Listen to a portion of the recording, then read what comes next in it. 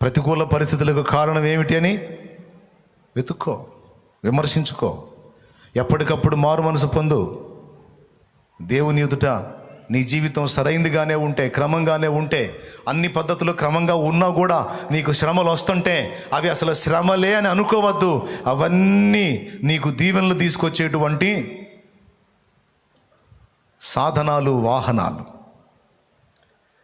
ప్రతి శ్రమ ఒక రైలు ఇంజన్ లాంటిది అన్నాడు ఒక భక్తుడు. రైలు ఇంజన్ లాంటిదని. ఇంజన్ వచ్చేటప్పుడు ఒట్టిగా రాదు, దాని వెనక బోగిల నిండా బోల్డ్ అంత సరికేసుకొని వస్తుంది అన్నాడు. అట్లాగే నువ్వు అన్ని విషయాల్లో క్రమంగా ఉన్నా కూడా శ్రమల పాలు అయ్యావు అంటే దాని వెనక గొప్ప ఆశీర్వాదాన్ని నీకు దాచి వాటిని అనుమతించాడని గుర్తించి సంతోషంగా దేవుని మయంపరచు. ఆ శ్రమల్లో గట్టిగా.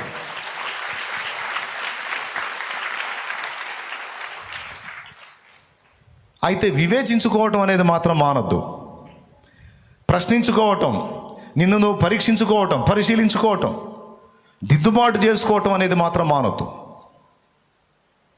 అది మానితివా బోల్తా పడతావు. Praise the lord. 3 సంగతులు మీ అందరికి కూడా ఈ అవకాశం దేవుడు ఇచ్చాడు. నాకు అసలు ఏ శ్రమలు లేవు, అన్ని విషయాల్లో బాగున్నాను, హ్యాపీగా ఉన్నాను అంటావా? దాన్ని బట్టి సంతోషంగా దేవుని స్తుతించు. అన్ని విషయాల్లో నిన్ను హ్యాపీగా ఉంచిన దేవునికి కృతజ్ఞత కలిగి అన్ని విషయాల్లో కృతజ్ఞత చూపుతూ జీవించు. ధన్యుడు అవుతావు, బ్రతుకు సార్థకం అవుతుంది. లేకపోతే తేడా పడతావు. ఆకాశానికి ఎత్తడం తెలుసు దేవునికి, అక్కడి నుంచి ఎత్తి కింద పడేయటం కూడా తెలుసు.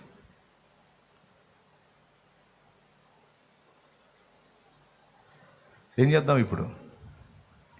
పరిశీలించుకుందామా? విమర్శించుకుందామా? ఒక్కసారి మనల్ని మనం విమర్శించుకుందాం. ఒక్కసారి మనల్ని మనం పరీక్షించుకుందాం. మోకాళ్ళ మీదకి వద్దాం. అందరూ ఎక్కడోళ్ళు అక్కడ మోకాళ్ళ మీదకి వచ్చేసేయండి. నీ బిడ్డల పరిస్థితి అలా ఎందుకు అయింది? నీ కుటుంబంలో అలాంటి పరిస్థితులు ఎందుకు దాపురించినాయి? వాటి వెనుకున్న అసలు కారణం ఏంటి? ఎక్కడ ఏ అవిధేయతను బట్టి, ఏ సమస్యను బట్టి, నీలో ఉన్న ఏ పాపమును బట్టి, ఏ దోషమును బట్టి, ఏ లోపమును బట్టి, ఏ నిర్లక్ష్యాన్ని బట్టి,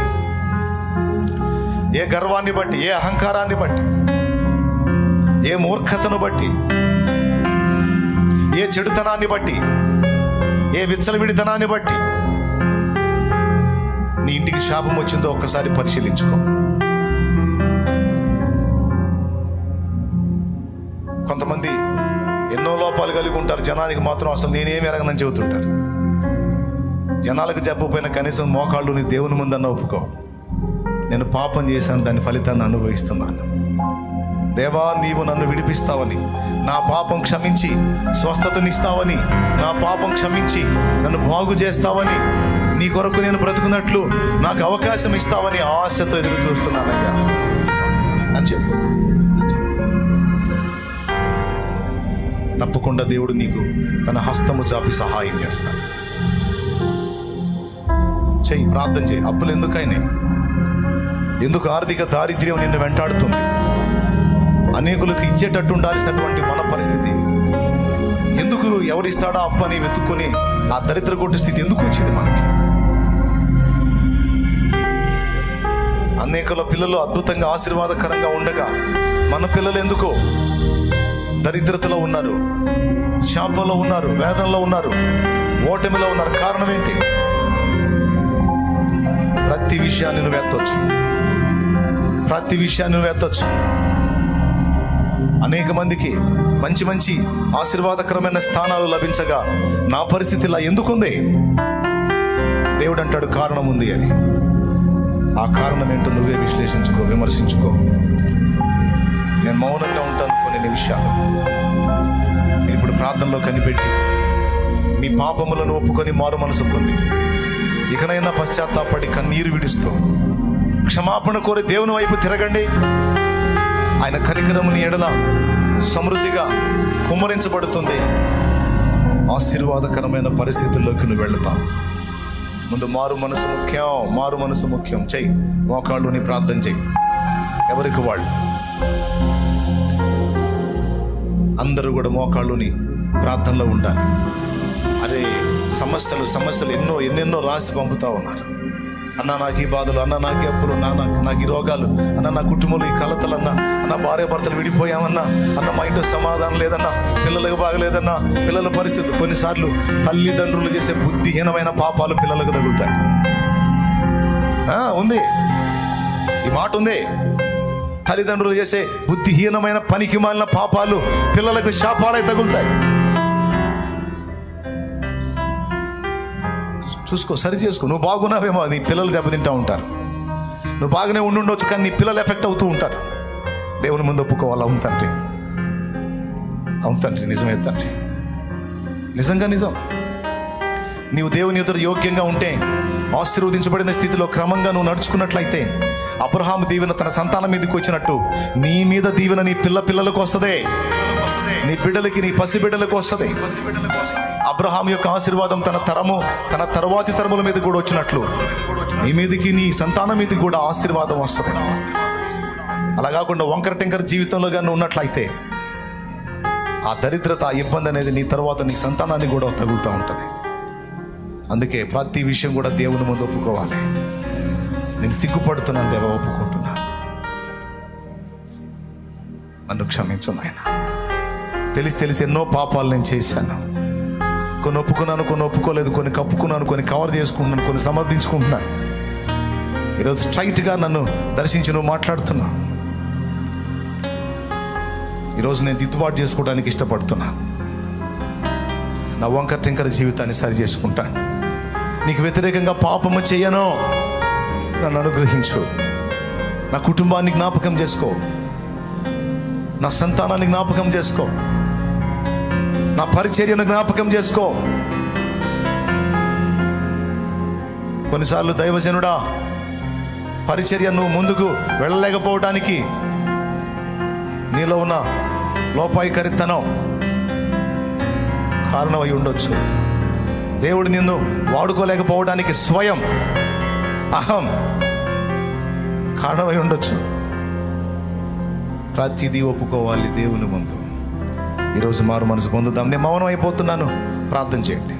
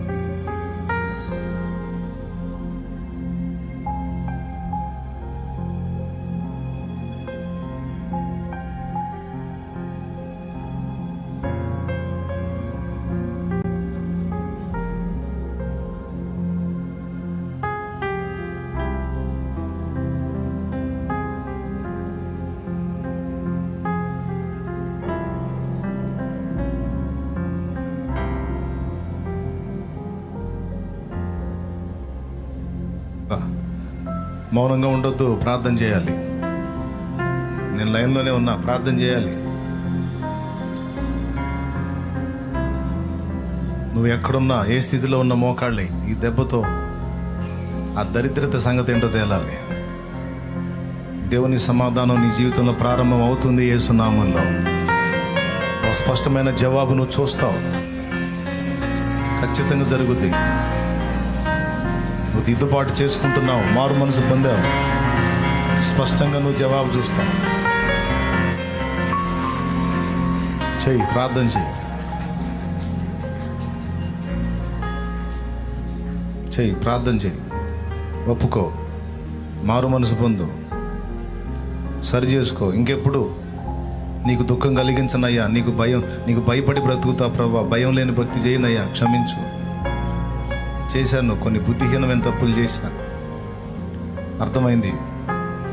ఎందుకు నాకు ఈ దెబ్బ మీద దెబ్బ తగులుతుందో అర్థమైంది. నేను కప్పుకోవట్లేదే, ఒప్పుకుంటున్నా అంటూ ఒప్పుకో. దేవుని ముందు ప్రార్థన మానొద్దు, చెయ్యి, ప్రార్థన చెయ్యి.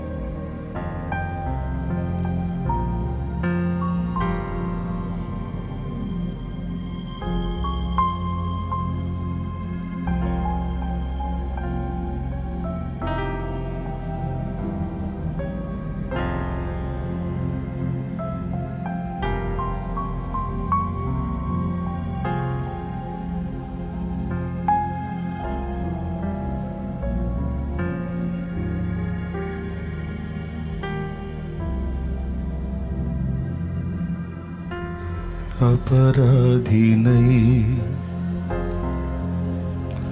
అంధుడనై అపవాదితో అనుచరునై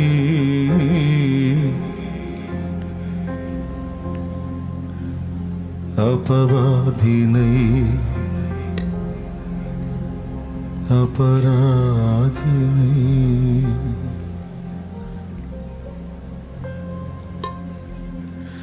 అపరాధినై అంధుడనై అపవాదితో అనుచరునై అపరాధినై అంధుడనై అపవాదితో అనుచరునై సంచరించితి చీకటిలో వంచన చేసితినందరినో వంచన చేసితినందరినో దేవా పాపిని నిన్నాశ్రయించాను ప్రేమ చూపించి నన్నాదుకోవయ్యా దేవా పాపిని నిన్నాశ్రయించాను ప్రేమ చూపించి నన్నాదుకోవయ్యా దేవా పాపిని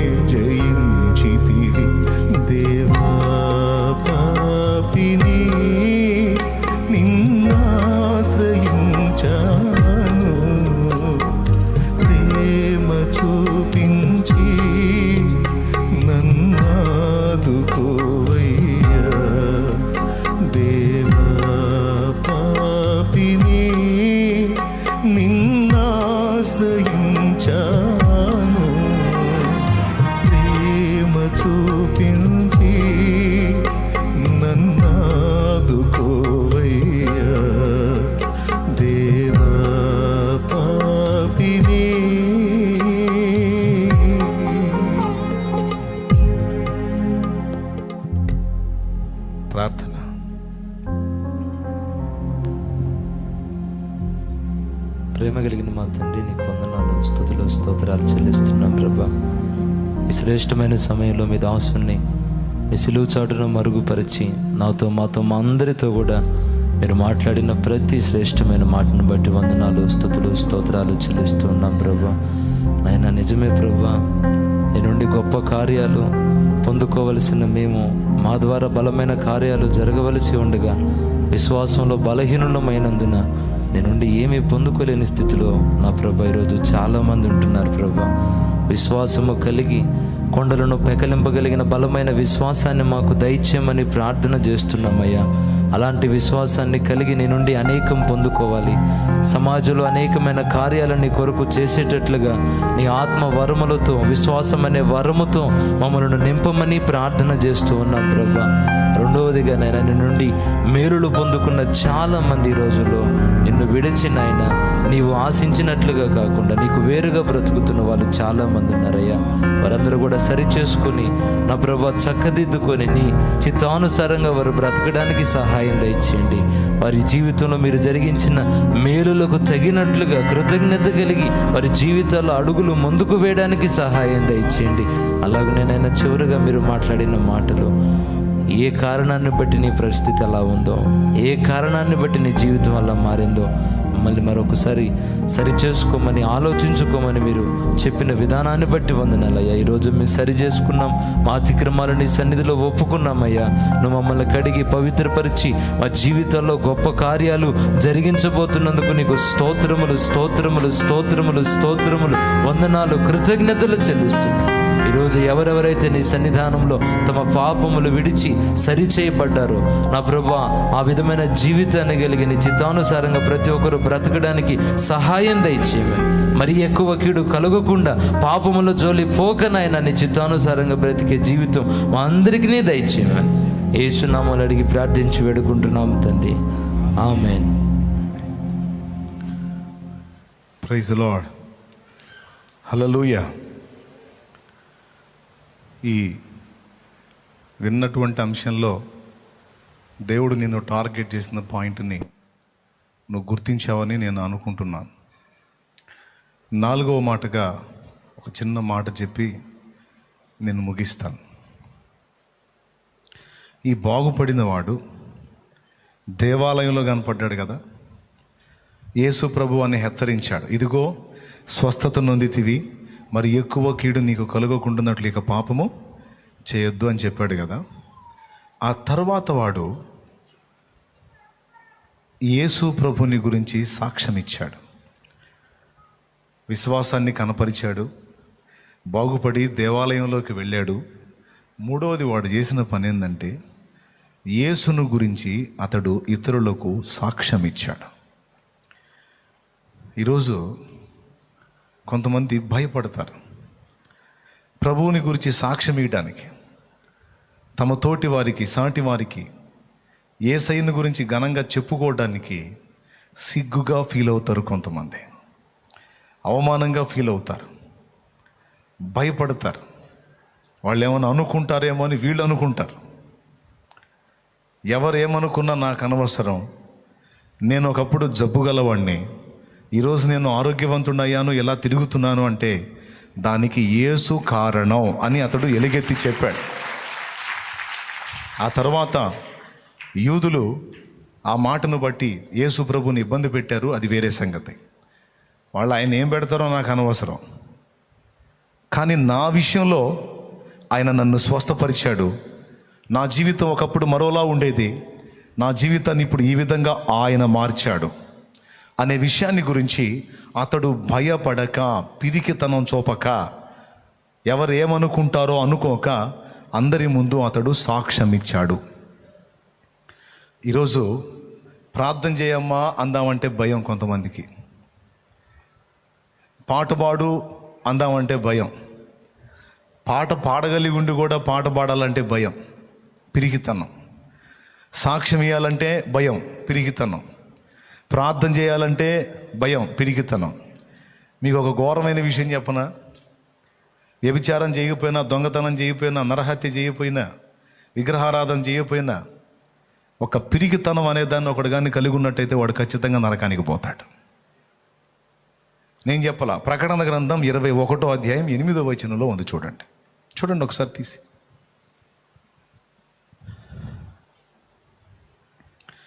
కులస్తులు ఏమనుకుంటారో అని క్రీస్తుని గురించి సాక్ష్యం చెప్పరు, మతస్థులు ఏమనుకుంటారో అని క్రీస్తుని గురించి సాక్ష్యం చెప్పరు, నొక్కేస్తారు.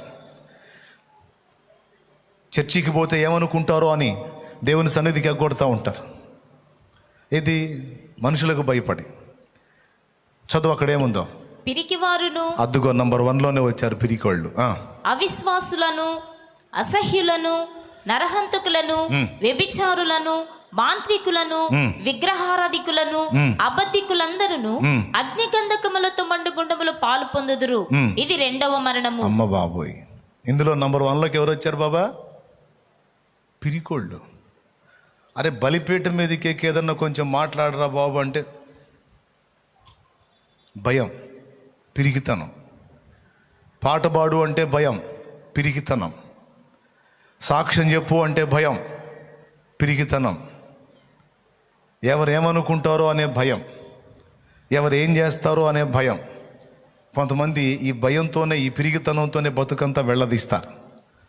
దేవుని వాక్యం ఏం చెప్పిందంటే, దేవుడు మనకి శక్తియు, ప్రేమయు, ఇంద్రియ నిగ్రహమును గల ఆత్మనే ఇచ్చను కానీ ఏ ఆత్మ నీలేదు? దేవుడు పిరికితనం గల ఆత్మ నీలేదంటే మరి పిరికితనం గల ఆత్మను ఎవరిచ్చినట్టు? ఈ పిరికితనం గల ఆత్మ కలిగిన వాడు లేక కలిగిన స్త్రీ ఎవరి ద్వారా అది దాన్ని పొందినట్టు? సైతాన్ ద్వారా. సైతానుగాడే ఈ పిరికితనాన్ని కలిగించే దయ్యాన్ని ఆ వ్యక్తిలోకి పంపినట్టు అన్నమాట. ఈ పిరికితనం కలిగించేది ఒక ఆత్మ. ఆ ఆత్మ సదరు మనిషికి పట్టినట్టే. ప్రతిదానికి భయం భయం భయం భయం భయం భయం భయం అని ప్రతిదానికి అదురుపోతా భయపడతా బతుకుతూ ఉంటారు. ఊరికనే భయం, దానికి భయం, దీనికి భయం, అంత చీటికి మాటికి భయం భయం భయం. ఈ భయాల గుప్పెట్లో, ఈ పిరిగితనాల ఈ చట్రంలో బ్రతుకుతున్న వారు ఒక ఆత్మ చేత ప్రభావితం చేయబడుతున్నారు. ఈ పిరిగితనాన్ని వారిలో పుట్టించేది ఒక ఆత్మ. అది దేవుని నుండి కలిగింది కాదు, దేవుని మూలమైంది కాదు. దేవుడు మనకు శక్తియు, ప్రేమయు, ఇంద్రియ నిగ్రహమును గల ఆత్మనే ఇచ్చెనుగా అని పిరికితనం గల ఆత్మని ఇయ్యలేదు అంటే, మరి ఈ పిరికి పందలో, ఈ పిరికి బారే వాళ్ళు, ఈ భయం గుప్పెట్లో బతికే వాళ్ళు ఏ ఆత్మను పొందారు? వారి మీదకి ఏ ఆత్మ వచ్చింది? వారిని ఎవరు నడిపిస్తున్నారు? వారిని ఎవరు ప్రభావితం చేస్తున్నారు? వారిలోకి అసలు ఏది పట్టింది? వారికి ఏది పట్టింది? వారికి దేవుని ఆత్మ వశులై ఉన్నారా? దురాత్మ వశులై ఉన్నారా?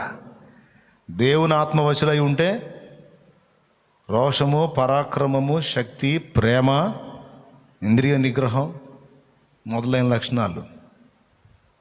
అట్లా కాకుండా పిరిగితనం, భయం, కృంగుబాటు, నిరాశ, నిరుత్సాహం, దిగజారినతనం, ప్రతిదానికి డీలా పడిపోవటం, కృంగిపోవటం, నీరుగారిపోవటం, నిరుత్సాహపడిపోవటం, ఈ దరిద్రం అంతా దేవుని ఆత్మ మూలంగా కలిగిందా?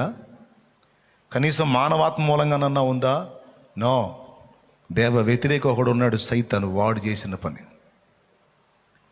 కాబట్టి ప్రార్థన చేయడానికైనా, వాక్యం చెప్పడానికైనా, సువార్త చెప్పడానికైనా నేను యేసు బిడ్డనే, నేను యేసు రక్తంలో కడగబడ్డాను, ఒకప్పుడు నా జీవితం ఎలా ఉండేది, ఇప్పుడు యేసు క్రీస్తు నామములో యేసును బట్టి నేను ఇలా ఉన్నాను అని చెప్పడానికి నీకు భయం ఎందుకే? నీకు భయం ఎందుకు? ఎందుకు అక్కడ పిరిగితనం చూపుతున్నాను? ప్రార్థన చేయమంటే దడ, పాట పాడమంటే దడ, సాక్ష్యం చెప్పమంటే దడ, సువార్త చెప్పమంటే దడ. సిగ్గుండొద్దు మనకి. చెప్తున్నా, ఇంతమంది కూర్చొని ఉన్నారు ఇక్కడ. ఏ ఒక్కడిని పిలిచి సడన్గా రా వచ్చి ప్రార్థన చేయంటే టక్మని మైక్ తీసుకొని ప్రార్థన చేయగలిగి ఉండాలి. నేనా అంటే పళ్ళు రాలిపోతాయి అని నేను అనట్లా, దేవుడు అంటున్నాడు. దేవునికి స్తోత్రం. ఏం పెళ్లి చూపుల కార్యక్రమం ఏంది? అమ్మ కాస్త తలెత్తమ్మా, అమ్మ కాస్త తలెత్తమ్మా, అబ్బాయి చూస్తాడు, తలెత్తమ్మా అంటే నాకు సిగ్గు అంటానికి ఏం పెళ్లి చూపులు అయ్యింది. దేవుని సన్నిధికి వచ్చి సిగ్గులు, పిరికితనాలు, బిడియాలు, బింకాలు పెడితే ఏం రాలిపోతాయి?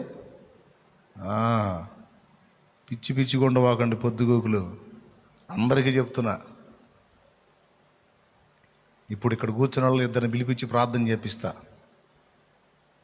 వామ్మ, కూర్చున్న వాళ్ళు ఇప్పుడు ఒకళ్ళని పిలుస్తా, ఈ స్త్రీలలో ఒకళ్ళని పిలుస్తా. ఇప్పుడు ప్రార్థన చేయాలా? మారిపోయింది ఇప్పుడు ముఖం, ఇప్పుడే మారిపోయింది చూడండి ఫేస్. కొంప ఉంచుతాడేమో అని. చేస్తారా? చేయాలా? ప్రార్థన చేయాలా? అది సంవత్సరాలు గడిచిన ఏందో కొత్త పెళ్లి కూతురులాగా ఏం మెలికలు తిరుగుతారో, ఏం సిగ్గుపడతారు. ఎలుగెత్తి సాక్ష్యం చెప్పాలమ్మా, సాక్షిగా నిలవాలయ్యా. అమ్మా, సాక్ష్యం ఇవ్వాలి.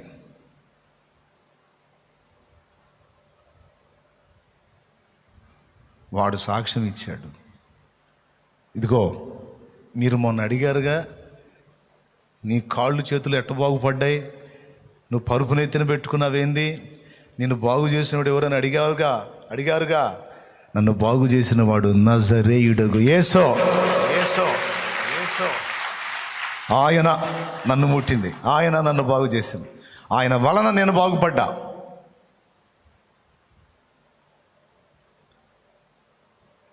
అని ధైర్యంగా సాక్ష్యం చెప్పాడు వాడు. విశ్వాసం ఉంచుట, నిరీక్షించుట, దేవుని శక్తిని పొందుకునుట, దేవుని సన్నిధిలో నిలుచుట, దేవుని గురించి సాక్ష్యం ఇచ్చుట, ఈ మొత్తం అతడు చేశాడు. మాజీ పాప అయి ఉండొచ్చు, అది కడిగేసి ప్రభు నూతన పరిచి క్రొత్త జీవితం ఇచ్చిన తర్వాత వాళ్ళ లైఫ్లో ఒక అద్భుతమైన మలుపు ఏంటంటే, నెంబర్ 1, అతడు దేవుని సన్నిధిని కాచుకున్నాడు. నెంబర్ 2, నిజ దేవుని గురించి సాక్షిగా నిలబడ్డాడు. అది బ్రతుకు సార్థకత. అది రోజులు గడిచిపోయినా పక్కోడికి కూడా చెప్పరు, పక్కింటి వాళ్ళకి కూడా చెప్పరు. కనీసం ప్రేమ పంచి, అవతల వాళ్ళకి ఏదైనా సహాయం చేసి ప్రేమను పంచి వాళ్ళకి దేవుని గురించి అందిద్దాం అనుకోరు. నేను చెప్తున్నా, నా బిడ్డలైన మీరందరూ పిరికి పందల్లాగా దద్దమ్మల్లాగా ఉండొద్దు. మీరు పిరికి పందల్లాగా దద్దమ్మల్లాగా ఉంటే నాకు అవమానం, నా దేవుడికి అవమానం, నాకు సిగ్గుచేటు. ఈడెవడరా ఇంత దరిద్రంగా పెంచాడు, ఇంత సోంబేరులాగా పెంచాడు, పిరికి పందల్లాగా పెంచాడు, సుంఠాల్లాగా పెంచాడు అనుకుంటారు. మీరు పిరికి పందల్లాగా, దద్దమ్మల్లాగా, సుంఠాల్లాగా, సోంబేరులాగా ఉండకండి. రోషం కలిగిన వారై ఉండండి. దేవుని విషయంలో మోమాటం లేని వారై ఉండండి. దేవుని విషయంలో సవాల్కరంగా ఉండండి. దేవుని విషయంలో ఎలా ఉండాలి? పిరికితనము లేని ఆత్మను ప్రదర్శించాలి. అది మన మీద కనపడిందంటే దేవుడు పనిచేయడంలో మన మీద దెయ్యం పని చేస్తుంది. చీటికి మాటికి చిన్నదానికి పెద్దదానికి భయం. భయపడే వాళ్ళందరికీ చెప్తున్నా, లైవ్లో ఉన్న వాళ్ళకి కూడా చెప్తున్నా, నువ్వు నిజముగా దేవుని పరిశుద్ధాత్మను కలిగి ఉంటే ఎంతటిదైనా సరే నీకు భయము కలుగనేరదు. ఎందుకంటే నీలో దేవుని ఆత్మ పనిచేస్తున్నాడు. ఆయన శక్తి, ఆయన అభిషేకం నీ మీద ఉంటుంది. అందుకే ఇశ్రాయేలు జనాంగం మొత్తం భయపడ్డారు. సౌలు భయపడ్డాడు, పెద్దవాడైన ఎలియాబు భయపడ్డాడు, వీళ్ళందరూ భయపడ్డారు. కానీ దేవుని పరిశుద్ధాత్మను పొందుకున్న దావీదు మాత్రం వీళ్ళందరూ అదురుపోయిన వాడిని చూసి, వాడెంత, నాకు ఛాన్స్ ఇస్తే కొట్టేస్తాను అన్నమాట అన్నాడు. మిగిలిన వాళ్ళందరూ చూసి పిరికి పందలై భయపడ్డదాన్ని దావీదు చూసి లెక్క లేకుండా మాట్లాడాడు, ధైర్యంగా మాట్లాడాడు. మాట్లాడటమే కదా, అవకాశం ఇస్తే ఆ చిన్న బాలుడే అంత పెద్దవాడైనటువంటి గొల్యాతును కూలగొట్టాడు. గిద్యోను సైన్యంలో కూడా వంగి చేతులతో తీసుకొని నీళ్లు కుక్క గతికినట్టు గతికిన వాళ్ళని పక్కన పెట్టు, మోకాళ్ళ మీద కృంగిపోయిన వారిని పక్కన పెట్టమన్నాడు. కృంగిపోయిన వారు యుద్ధానికి పనికిరారు. మెళకువగా ఉండి చేతులతో నీళ్లు తీసుకొని అలర్ట్గా ఉండి తాగిన వాళ్ళే యుద్ధానికి పనికొస్తారని సైన్యాన్ని డివైడ్ చేసే విషయంలో గిద్యోను దగ్గర దేవుడు ఈ పద్ధతిని ఎన్నుకున్నాడు. కృంగిన వారు పనికి రారట. నిరాశ ఊబిలో కృంగిపోయేవాళ్ళు, చీటికి మాటికి దిగజారిపోయేవాళ్ళు, డీలా పడిపోయేవాళ్ళు, నరాల వీక్నెస్ వచ్చినట్టుగా చచ్చుబడిపోయే పరిస్థితుల్లో ఉన్నవాళ్ళు దేవుని సైన్యంలో పనికి రారో. రోషము కలిగి ఉండాలి, పరాక్రమం కలిగి ఉండాలి, శక్తి కలిగి ఉండాలి. అలాంటి దావీదుల కొరకు దేవుడు చూస్తున్నాడు, అలాంటి గిద్యోనుల కొరకు దేవుడు చూస్తున్నాడు. కాబట్టి ఆ విధంగా మనందరం సిద్ధపడదాం. భయపడద్దు. దేవుని గురించి పని చేయుటలో, ప్రకటించుటలో, సాక్ష్యమించుటలో, ప్రార్థించుటలో, పాడుటలో, కీర్తించుటలో, స్తుతించుటలో పిరికివారమై ఉండకుండా జాగ్రత్త పడదాం. దేవుడు మనందరికీ సహాయం చేయనుగాక. ఆమేన్. ఈ 4 విషయాల్లో 3 పాఠాలు ఆ 38 సంవత్సరాల పేషెంట్ నేర్పితే, ఒక పాఠం ప్రభు నేర్పుతున్నాడు. ఇంటికి వెళ్ళి మళ్ళీ ధ్యానించుకోండి. దేవుడు మీతో మళ్ళీ ఒకసారి ఆ విషయాల గురించి మాట్లాడవచ్చు. రైట్, అందరం పైకి లేచి నిలబడదాం. పెందలాడి ముగిస్తూ ఉన్నాను, ఎందుకంటే రేపు ఆల్ నైట్ ఉంది. ఆల్ నైట్ అంటే నైట్ మొత్తం కాదు, సాయంత్రం 7 నుంచి 9:30 లోపు ఉంటుంది ఈ ఒక్క ఆల్ నైట్. ఎందుకంటే మళ్ళీ ఇక్కడ కర్ఫ్యూ స్టార్ట్ అయింది కనుక 7 నుంచి 9:30 లోపు అయిపోతుంది రేపు. అందుకే ఈవేళ పెందలాడి ముగిస్తున్నాను. మరి అందరూ కూడా ఒకసారి పైకి లేచి నిలబడండి. ప్రేయర్ ముగించబడుతుంది. మీకు ఇంట్రెస్ట్ ఉంటే కాసేపు కూర్చొని ప్రార్థనలో గడపండి, లేదా పెందల కడిని ఇళ్ళకి వెళ్ళిపోవచ్చు, మీ ఇష్టం. చివరి ప్రార్థన ఆశీర్వాదంతో ముగించుకుందాం. సర్వాధికారివైన మా తండ్రి, సర్వోన్నతుడైన దేవానికి వందనాలు, స్తుతులు, స్తోత్రాలు ప్రభా. ఈవేళ మీ దాసును నిలువబెట్టి మాట్లాడిన ప్రతి శ్రేష్టమైన మాటను బట్టి వందనాలు, స్తుతులు, స్తోత్రాలు చెల్లిస్తున్నాం ప్రభా. చివరిగా నాయన ఈరోజు సైతాను ఏ విధంగా నీ బిడ్డలైన మమ్మలను బలహీనపరుస్తున్నాడో, వెనక్కి లాగుతున్నాడో, ఏ ఆత్మచేత మమ్మలను కృంగదీస్తున్నాడో మరొక్కసారి హెచ్చరిక చేసి సరి చేసుకోండి అన్న విధానాన్ని బట్టి వందనాలు చెల్లిస్తున్నామయ్యా. ఇక్కడున్న నీ బిడ్డలందరిలో ఎవరెవరు ఏ విషయాల్లో బలహీనపడుతున్నారో, ఎవరెవరు ఏ విషయాల్లో పిరికితనాన్ని చూపుతున్నారో ఆ ఆత్మను నజరేయుడగు యేసు నామములో పారద్రోలుదురుగాక. బలమైన అభిషేకం ప్రతి ఒక్కరికి దిగిరానమని ప్రార్థన చేస్తున్నామయ్యా. రోషము కలిగి దావీదు వలె, గిద్యోను వలె నీ కొరకు అనేక పోరాటాలు చేసి శత్రువు కోటలను కూల్చి నీ పని చేయడానికి సహాయం దయచేయండి.